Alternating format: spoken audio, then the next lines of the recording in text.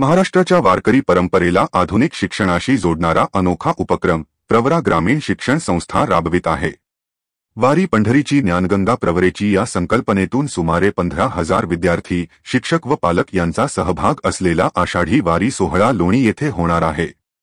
हा भव्य आध्यात्मिक, सांस्कृतिक आणि प्रेरणादायी कार्यक्रम शनिवार दिनांक 5 जुलै 2025 रोजी सकाळी 9 वाजता लोणी येथील विखे पाटील सैनिकी स्कूल समोरील भव्य प्रांगणात आयोजित करण्यात आला आहे। यापूर्वी प्रवरा परिसरातील विविध गावांतून निघालेल्या दिंड्या टाळ मृदुंगाच्या गजरात विठ्ठल विठ्ठल जयघोष करीत लोणीतील प्रति पंढरपूरमध्ये एकवटणार आहे। या निमित्ताने संपूर्ण सहकार नगरी भक्तिरसात न्हालेली दिसणार आहे। या वारी सोहळ्याचे आयोजन प्रवरा ग्रामीण शिक्षण संस्थेच्या मुख्य कार्यकारी अधिकारी डॉक्टर सुस्मिता विखे पाटील यांच्या संकल्पनेतून झाले असून विद्यार्थ्यांना आध्यात्मिक मूल्यांची ओळख व्हावी ही यामागची प्रमुख भावना आहे। या वारीद्वारे पद्मश्री डॉक्टर विठ्ठलराव विखे पाटील आणि पद्मभूषण डॉक्टर बाळासाहेब विखे पाटील यांच्या सामाजिक व आध्यात्मिक विचारांचा वारसा नव्या पिढीपर्यंत पोहोचवण्याचा प्रयत्न करण्यात आला आहे।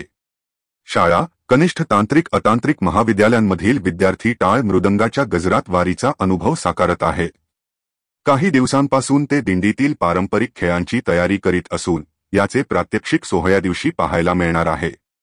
यामध्ये रिंगण सोहळ्यात भगवे झेंडे, घोडेस्वार, पारंपरिक वेशभूषा परिधान केलेले विद्यार्थी, वारकरी, कीर्तनकार, प्रवचनकार यांचा सहभाग लक्षवेधी ठरणार आहे।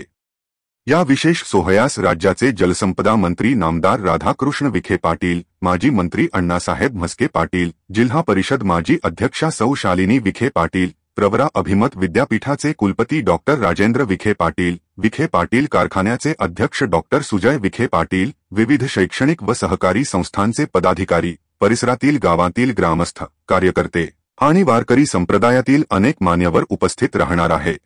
या कार्यक्रमासाठी संपूर्ण लोणी गाव प्रति पंढरपूर म्हणून सुसज्ज झाले असून विद्यार्थ्यांचे टाळ मृदुंग, विठ्ठलनामाचा गजर आणि वारकरी वेशातील रिंगण वारीतून अध्यात्म, परंपरा आणि शिक्षण यांचे सुंदर संमेलन घडून येणार आहे।